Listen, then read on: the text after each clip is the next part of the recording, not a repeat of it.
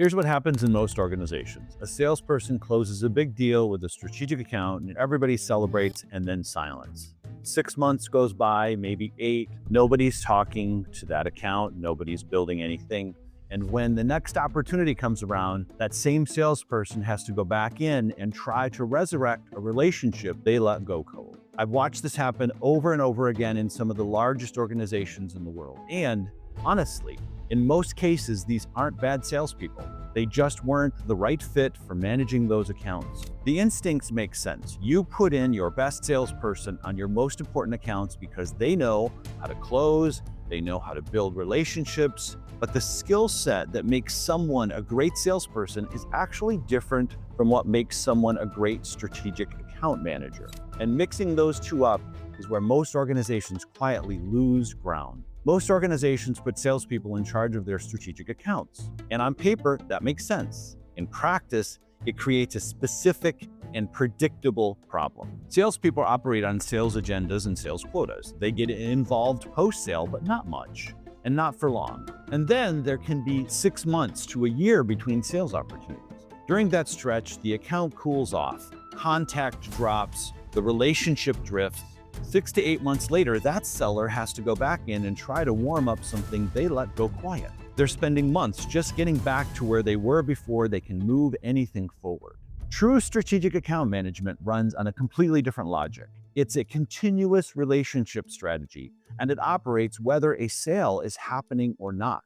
A lot of organizations use the phrase strategic account manager pretty loosely, but there is a very specific thing it means, and most are not actually doing it. Whether you're selling to the account or not, there needs to be activities and a strategy for working within the white space between sales opportunities. The white space is where strategic account managers actually operate, and a lot of people miss this part. Many strategic account managers are not the leader on the sales opportunities that come up. There are better people for that role, and that is deliberate. By keeping the account manager at arm's length from the sales efforts, they stay more business focused rather than being seen as a salesperson. They coordinate with the sales team, but they don't lead or direct those sales efforts.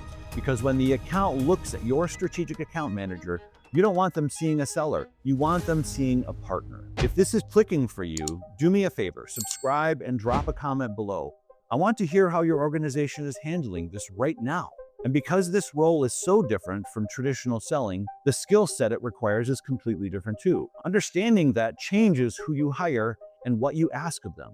Strategic account managers are relationship builders first. They think strategically, they think long-term, and the strategy they're building is around relationships, not just deals.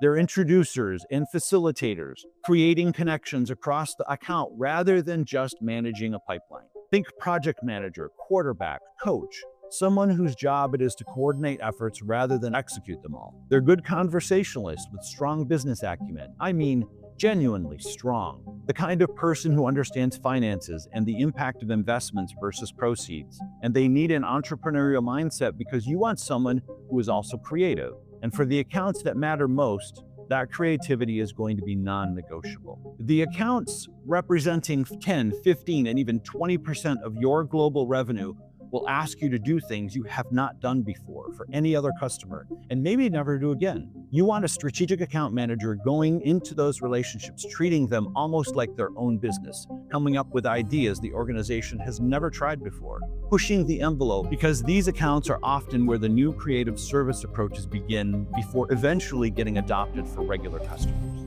The biggest accounts will drive your product development and push customizations that your R&D or marketing team haven't even considered yet. You want someone who can think outside the box, who understands corporate limitations but isn't going to be constrained by them. The strategic account manager is not a salesperson with a different name. They're a relationship operator, a facilitator, a coordinator, an entrepreneur embedded inside your most important accounts. They're doing the work when there is nothing to sell, building when the deal is already done. And for the accounts that make up 20% of your global revenue, the ideas they bring to the table end up driving your product development, sparking new creative service approaches that eventually get adopted across your entire organization and customer base.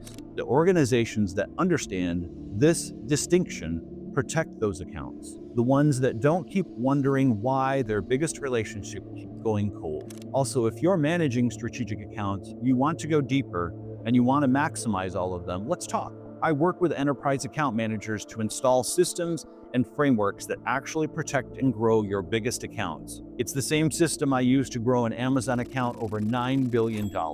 There's a link in the description below to book a free call with me. And if you want to know the 5 essential skills that every key account manager needs, watch this video right here. I'll see you there.